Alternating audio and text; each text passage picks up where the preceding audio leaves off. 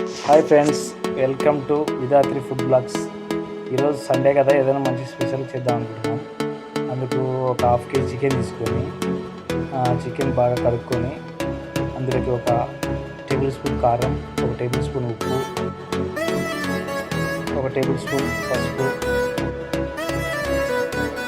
And వచ్చేసి ఒక table spoon ధనియాల పొడి, దాంతోపాటు కొంచెం గరం మసాలా ఇవన్నీ బాగా వేసుకొని కొంచెం 2 టేబుల్ స్పూన్ దాకా పెరుగు వేసుకొని వీటన్నిటిని బాగా మిక్స్ చేసుకొని మంచిగా ముక్కలు కొట్టే విధంగా కలుపుకొని ఒక హాఫ్ అన్ అవర్ పక్కన పెట్టేసుకుంటే మంచి వాటికి ముక్కలు కొట్టి కర్రీ చేసేటప్పుడు మంచిగా రుచిగా వస్తుంది. ఓకేనా ఫ్రెండ్స్, ఇలా ట్రై చేయండి. మేము దీనికోసం పేస్ట్ తయారు చేసుకున్నాం. మిక్సీ జార్ తీసుకొని ఉల్లిపాయలు, పచ్చిమిర్చి, టమోటా, దాంతోపాటు కొంచెం కొత్తిమీర, కొంచెం జీడిపప్పు పలుకులు తీసుకొని వీటన్నిటిని జార్లో వేసుకొని మిక్సీలో వేసుకొని మెత్తటి పేస్ట్గా పట్టుకోవాలి. పట్టుకుని పేస్ట్ని పక్కన తీసుకొని ముందుగా స్టవ్ వెలిగించుకొని ఒక కడాయి పెట్టుకొని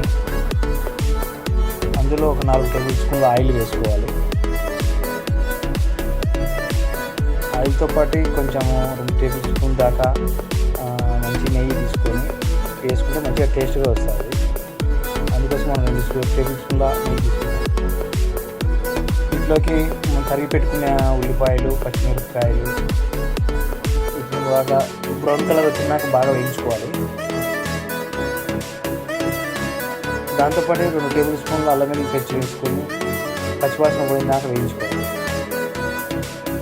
పచ్చివాసన పోయినాక వేయించుకుంటే మనకు కర్రీ అనేది పచ్చి వాసన రాకుండా ఉంటుంది.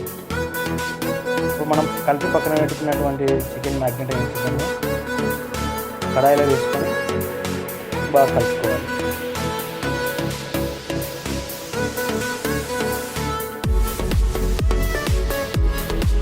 బాగా మిక్స్ అయినాక మిక్స్ చేసుకొని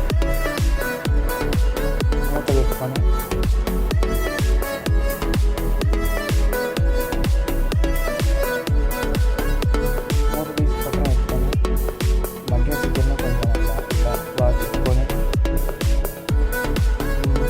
పక్కన పెట్టిన వాటిని కొంచెం బౌల్లో వేసుకొని బాగా మిక్స్ చేసుకోవాలి.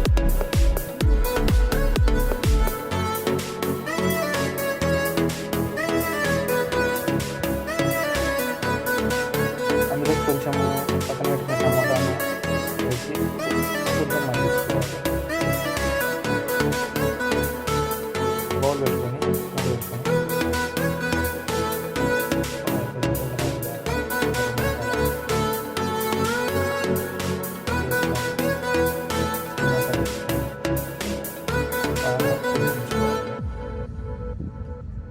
అందులో కొంచెం కస్తూరి మేతి, కొద్దిగా తరిగి పక్కన పెట్టుకునే కొత్తిమీర వేసుకొని బాగా ఉడికించుకో.